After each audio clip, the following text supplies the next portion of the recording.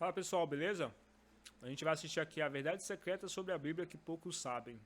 Deixa aquele like, se inscreve no nosso canal para mais vídeos como esse, fechou? Meta aí de 100 like. Falado isso, eu acho que a gente podia começar. Que bom que você citou a Bíblia, porque, como é tema do programa de hoje, a gente explicar como a Bíblia, de uma maneira mais simples, como a Bíblia foi formada, por que alguns livros entraram, outros não, por que a Bíblia católica tem mais livros que a protestante e por que existem livros apócrifos. É muita coisa? Não, Vamos lá. Apenas isso. Podemos falar. Primeiro, o Antigo Testamento. O Antigo Testamento é o mesmo texto que nós temos dos judeus. Pentateuco. O Pentateuco é, para o judeu, a Torá. Tá. E a Torá é apenas a primeira parte Entendi. Para o judeu é a Torá e o Pentateuco. do texto judaico. O texto judaico se chama Tanar. Tanar, que tem três grandes partes. A primeira é Torá, a segunda é Nevi'im e a terceira é Ketuvim. No ano 90 depois de Cristo, houve o Concílio de Jâmnia, que fechou esses textos como sagrados, como canônicos para os judeus. O Antigo Testamento é esse mesmo texto do Concílio de Jâmnia que Sim. virou o Antigo Testamento. Então, nós temos os 24 livros judaicos que se transformaram em 39 livros do Antigo Testamento. Como é que 24 livros se transformam em 39? Porque eles são mais bem divididos nos 39 livros do Antigo Cara, eu me amarro em pessoas que realmente estudam a Bíblia. Eu queria ser esse cara. Testamento. Sim. Então, o Antigo Testamento nosso é o livro que foi fechado no Concílio de Jâmnia. A Igreja Católica tem 10 textos a mais, que dão 7 livros a mais a esse conjunto de textos e mais acréscimos a Esther e Daniel. Ah, tem versículos a mais? Tem 7 livros a mais e mais acréscimos ao livro de Esther e Daniel. São isso eu não 10 textos sabia. a mais. Mas assim, a Bíblia do Antigo Testamento, que é fechada no Concílio de Jâmnia, que é a Bíblia evangélica, É igual? está contida na Bíblia Católica. A Bíblia Católica é esse Antigo Testamento mais 10 textos. Esses 10 textos Vou dar um exemplo. Eclesiastes. eclesiásticos dá 7 livros a mais e acréscimo a Esther e Daniel. Esse é o Antigo Testamento. O Novo Testamento foi gradativamente sendo reconhecido pela comunidade. Então o Novo Testamento foi algo que as pessoas extraiu de uma lição antiga. Como inspirado. E alguns concílios mesmos reconheceram o que a comunidade já havia reconhecido. Então se formou o Novo Testamento. Então nós temos Então é através de inspirações. na Bíblia 39 livros do Antigo Testamento, 27 livros do Novo, formados e construídos em um período de 1500 séculos. O que é impressionante, Vilela, é que eles foram escritos Nossa, 1500 séculos, hein? É muito. por cerca de 40 autores. Dos 40, 31 escreveram os 39 do Antigo Testamento e 9 escreveram os 27 no Novo. Em 1500 anos, meu querido. Eu Nossa. escrevo um livro meu sozinho. Quando eu olho para o livro, às vezes encontro dificuldades e contradições que precisam ser melhoradas. Eu imagino você analisar um texto que é escrito 39 livros do Antigo Testamento, 27 do Novo, num período de 1500 séculos, por cerca de 40 autores, e você não vê nenhuma contradição. Há contradições aparentes, dificuldades para as quais há respostas. Isso é por si só algo impressionante. Então, a Bíblia é um documento único e, devo dizer mais, escrito por autores dos mais diversos repertórios, das mais diversas origens. Houve livros escritos por reis, como é Davi, Salomão, livros escritos por filósofos, como é Paulo. Paulo era uma pessoa de uma grande capacidade intelectual. Paulo estudou aos pés de Gamaliel e ele, Gamaliel, era neto de Hilel, o fundador da maior escola judaica de todos os tempos. Você tem livros escritos por pescadores. Ou seja, Paulo então era um cara bem inteligente.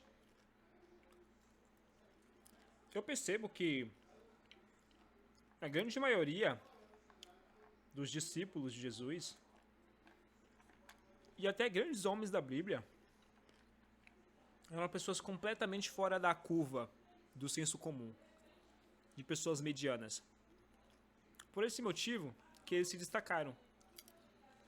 Para você hoje se destacar, você tem que ser um fora da curva. Isso até em relação a dinheiro também. Ah, mas, nossa, dinheiro você quer isso? Trazendo aqui para um contexto de Bíblia. Não, fala assim, ó. Percebe? As pessoas que têm dinheiro são as pessoas que fazem alguma coisa no mundo. E o fazer alguma coisa no mundo é se destacar no mundo. Porque quando você se destaca, logo você é evidenciado, logo as pessoas te vê, passa a te notar e passa a chamar a atenção. Então você percebe que até os próprios profetas, eles tinham essa questão de ser diferente. E foram diferentes. Livros escritos em estilos literários totalmente diferentes. Você pegar, por exemplo, o livro de Atos, professor Vilela, que foi escrito por Lucas, que foi quem mais escreveu no Novo Testamento em quantidade de texto. Lucas escreveu o Evangelho de Lucas e Atos. O livro de Atos tem 84 fatos que são provados pela história e arqueologia. Então nós estamos falando de um documento único, incomparável. O livro de Atos é essencial para o entendimento da Ásia Menor. É um livro de história profundo.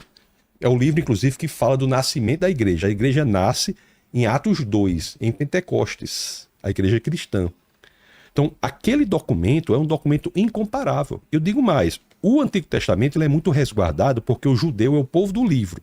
Então, o judeu ele resguardou o texto, porque a unidade do judeu se dá pelo texto. Não havia Israel, né? Israel foi fundado em 1948. Recente pra caramba. Recente, né? Inclusive com a presidência de um brasileiro, Oswaldo Aranha. O Oswaldo Aranha. Não foi? Que o voto de Minerva foi dele, né? Então, veja bem. Então você tem o Antigo Testamento, que é um texto extremamente resguardado pelos judeus. Mas o Novo Testamento também, professor Vilela, se nós formos analisar, ele é impressionante. Ele é professor, Vilela? Eu não sabia, não. Vilela é professor de inglês, né? Pelo seguinte, porque uma coisa é saber se o texto diz a verdade. Outra coisa é saber se o texto que nós temos hoje é o mesmo texto que foi escrito lá atrás. E aí? Como saber isso? Como é que nós sabemos que o texto diz a verdade? Várias formas. Uma das formas de saber como o texto diz a verdade é ver se ele se expõe à investigação.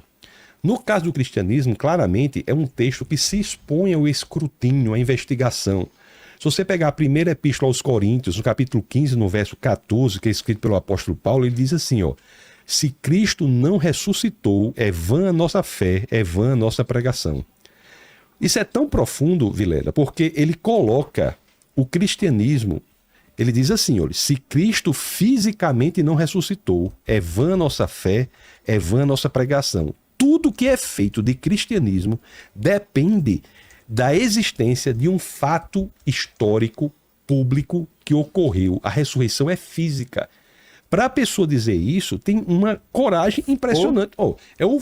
É o trecho mais corajoso. Verdade, ele tem que ter uma certeza absoluta porque ele vive do cristianismo. Então, quando a pessoa ela vive do cristianismo, tem que ter realmente essa visão. Escrito em qualquer livro religioso, porque está colocando todo o sistema do cristianismo e tudo em xeque se Cristo não ressuscitou ou não. E a ressurreição é física. E quem não acredita em ressurreição tá entendendo errado a Bíblia. Mas é cristão, se diz cristão e não acredita que Cristo ressuscitou. A ressurreição é um elemento central do cristianismo. Agora, o que acontece é o seguinte, pelas evidências, nós não temos como dizer que há outra opção senão a de que Deus ressuscitou Jesus entre os mortos. Jesus foi ressuscitado, é a hipótese mais plausível para o que se vê no texto. Existem pensadores como Gary Habermas, que é um intelectual que dedicou metade da vida acadêmica dele às provas históricas da ressurreição. Não confundir com o filósofo Jürgen Habermas, é o historiador Gary Habermas. Então, veja, primeiramente, o texto ele se expõe à investigação. Veja que não é um fato que se quer verdadeiro, mas não é verificável. Você sabe que existe uma diferença entre algo que é verdadeiro e algo que é verificável. Algo pode ser verdadeiro e não ser verificável. Sim, como o amor do pai por um filho. Um filho, você pode até investigar o comportamento ser correspondente, mas se você... mas mesmo assim pode ser falseado. Perfeito. Ou então se você me disser assim, Tassos, ontem eu sonhei, aí você me diz o sonho que você teve. Sim. Falando a verdade. Mas eu não tenho como verificar. Como que você vai ver se é realmente o meu sonho? Não tem como, né? Mas Tá desligado aqui a televisão, depois você liga pra gente, por favor. Mas a ressurreição física, pública de um homem é algo verificável. Veja que Paulo não diz assim, não. Se eu tive um encontro com um anjo, se eu tive um sonho, se eu tive uma revelação, tudo isso poderia ser verdade. Ele seria exatamente um grande apóstolo, né? Eu vejo ele como uma manta de pele de carneiro, carregando um cajado e subindo para poder fazer pregações em Israel. Dele. É. Mas a base do cristianismo é um fato investigável. Então, isso aí é Não é assim, eu sonhei, Deus falou comigo por sonho que ele ressuscitou. Não foi Perfeito. isso. Né? Perfeito. Poderia ser verdade, mas não é verificável. Soldados viram, várias pessoas viram a pedra, teve vários testemunhos, ele apareceu inúmeras vezes, né? Várias aparições E isso, aliás, pós-morte. Né? após a ressurreição, quem foram as primeiras testemunhas da ressurreição de Jesus? Mulheres. É.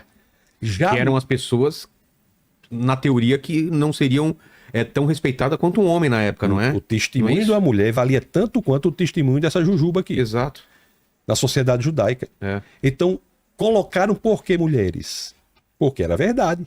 Jamais para um fato central do cristianismo, se fosse mentira, teriam colocado mulheres, teriam colocado os homens cujos testemunhos seriam tidos como fidedignos. Exato. Então, essa é uma prova da análise textual. Tem outras também, né? A mudança de vida dos filósofos, dos apóstolos, dos pensadores, dos seguidores, as pessoas que se entregaram a vida ao Senhor. A mudança de vida dos apóstolos, por exemplo. Você vê que todos eles mudaram radicalmente a vida deles. Todos foram perseguidos, torturados e mortos, à exceção de João, que teve sua pena convertida. Ele foi para Patmos, onde inclusive escreveu Apocalipse. À exceção de João, todos foram perseguidos, torturados e mortos Caraca, sério mesmo? Todos? sem negar a fé na ressurreição. Então, da maneira como o texto se expõe, é um texto verdadeiro. Se você abrir, por exemplo, Vilela, em Lucas, no capítulo 3, no verso 1, você vai ter várias alusões ali. Assim, o governador era fulano, o sacerdote era não sei quem, não sei quem. É um texto que só tem todas aquelas autoridades coincidindo como naquele exercício daquele cargo em um ano. Ele fala bonito. Fala bonito. Pessoal, deixa eu só botar esse celular aqui pra carregar. Eu não quero perder nenhum assunto aqui, então deixa eu pausar aqui rapidão, segura aí.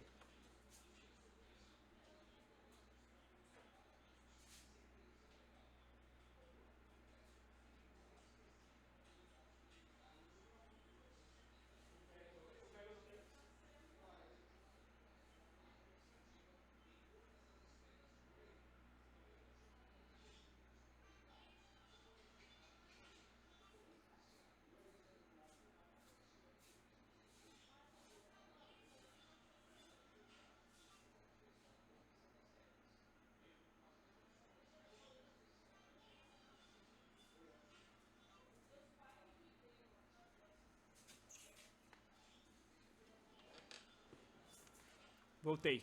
Específico, é o 29 depois de Cristo. Então não é um texto que se expõe. Agora a pergunta é, será que esse texto tão profundo do jeito que é e tão verificável do jeito que é, será que ele não foi mudado ao passar do tempo? Isso. Será? Aí, Eu acredito que sim. A essência não, mas os detalhes sim. como é que a gente sabe isso? Tem como saber? Tem como saber. Como é que a gente intelectualmente sabe isso? Pelo número de cópias que nós temos do Novo Testamento. Por quê? Porque o quão maior for o número de cópias, mais fácil é identificar se alguém alterou alguma cópia. Concorda? Comparando entre elas. Comparando entre elas. Então, se nós temos um texto da Antiguidade com um número de cópias muito grande, Mas a pergunta é, alguém sabe o número de cópias da antiga... do antigo livro? muito facilmente nós conseguiríamos identificar se houve alteração em algum dos textos. No caso dos livros do Novo Testamento, nós temos 5.686 cópias. Na língua em que o Novo Testamento foi escrito, que foi o grego. O Antigo Testamento foi escrito em hebraico, com algumas partes em aramaico. O Novo Testamento foi escrito em grego. 5.686 cópias. Vilela, esse número é muito alto. Pô, Se você tem uma ideia, o segundo texto nessa corrida de número de cópias é a Ilíada de Homero, com 643 cópias. Pessoas que vêm aqui para você falar de Platão, Caraca, 646 cópias. Li Homero. Aristóteles, dos pensadores da antiguidade, ou mesmo de historiadores da antiguidade, o Tácito, Muito disso nem Suetônio. tem nada escrito, né? Foi passado oralmente. Quanto... Perdão, continue. Não, eu falei. Isso, então você Muito veja... não tem nada escrito. E quando não, baseados em 10 cópias. Platão é baseado em 10 cópias. Olha só. E explicar por que tinha tanta cópia? Porque era a maneira que era feita para expandir a mensagem. Olha que louco. Eita, nós. Olha que louco. Platão tinha 10 cópias e a Bíblia tinha mais de 5.600 cópias. Agora, Quem faziam essas cópias? Eram os o pessoal da igreja? cristãos, os cristãos. Agora, veja bem, eram cópias que eram feitas contra a determinação imperial. Não podia? Diocleciano, no ano 303 depois de Cristo, determinou que todas as cópias encontradas fossem destruídas e os cristãos mortos. E por que isso? Porque queria proibir a expansão do cristianismo, atacar o cristianismo. Você assistiu O Nome da Rosa? Assisti, há muito tempo assisti. Que tem lá, no mosteiro e eles estão fazendo cópias, né? Isso, os copistas. Das copistas. Então, 5.686 cópias garante que o texto que está ali foi o mesmo que foi escrito atrás. E, aliás, viu, Vilela? Se você pegar essas 5.686 cópias e colocá-las uma ao lado da outra, elas são 99,5% dos casos idênticas. Isso é um recorde também, porque em textos da antiguidade, a coincidência se dá em torno de 90%. 99,5% dos casos. Do 0,5% de discrepância desses textos, 80% dessa discrepância, 80% dos 0,5% de discrepância diz respeito unicamente à ortografia. E nenhum ponto toca em uma assertiva ou doutrina Alguma central coisa que seja do essencial. cristianismo. Tá. Nada. E outra coisa também, nós estamos falando de 5.686 cópias que facilitam o acesso ao que estava no original. Por quê? Porque pela sobreposição das cópias, você tem a informação que está na rasura do outro. É como uma meia furada, professor Vilela. Se o senhor tiver uma meia furada e quiser usá-la, você usa 2 meias furadas. Porque... Dificilmente um furo vai estar exatamente onde está outro furo. Perfeito. Gostei desse. Então, não vou jogar mais as meias furadas fora. Não, guarde-as numa gaveta específica para este fim. Tá. E o senhor usa 2 meias furadas, o furo não vai cobrir, não vai estar no mesmo lugar de outro furo e o problema vai ser resolvido. Entendi. A mesma coisa é a quantidade de cópias. Que maravilha, sabe? Então é o livro mais confiável que existe. Sem falar também das coisas impressionantes que acontecem. Você tem, por exemplo, ideias que estão nas escrituras, mesmo no âmbito da ciência, que somente séculos depois a ciência teve que se dobrar às escrituras. Exemplos. Se você pegar a primeira fase da Bíblia, que é assim, no princípio Deus criou os céus e a terra. Olha só, a primeira frase da Bíblia, no princípio Deus criou os céus e a terra. Princípio, tempo. Céus, espaço, terra, matéria. Veja bem, o tempo pode existir sem o espaço, não pode? Pode. Mas o espaço não pode existir sem o tempo. O espaço tem que existir em algum curso temporal. A matéria pode existir sem o espaço? Não. Mas o espaço pode existir sem a matéria. A matéria tem que existir em um espaço, em um curso temporal. Certo. Então até a ordem é correta. No princípio, tempo. Deus criou os céus, espaço e a terra, matéria. E esse verbo criar não é um verbo qualquer. Eu não disse para você que o Antigo Testamento é escrito em hebraico? Esse verbo criar é o verbo em hebraico bará. Bará é o verbo que quer dizer Bará. Verbo bará. Criar. criar a partir Hebraico. do nada. Bará. Línguas antigas faziam essa distinção. O latim fazia, infelizmente nós perdemos no português, porque o latim fazia entre crear e criar.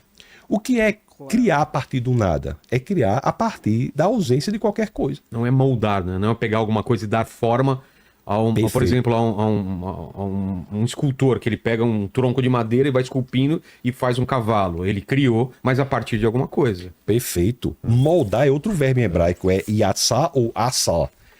São outros verbos, Entendi. mas criar a partir do nada. Então o que é que a Bíblia está dizendo na primeira frase? Está dizendo que Deus Criou a partir do nada o mundo. criou o espaço, a matéria e o tempo a partir do nada. Essa ideia Por si só já derruba aqueles cientistas que falam assim, não, mas para criar algo precisa ter algo primeiro. Muito bom, bacana, pessoal. Deixa aquele like, se inscreva no nosso canal para mais vídeo. Fechou?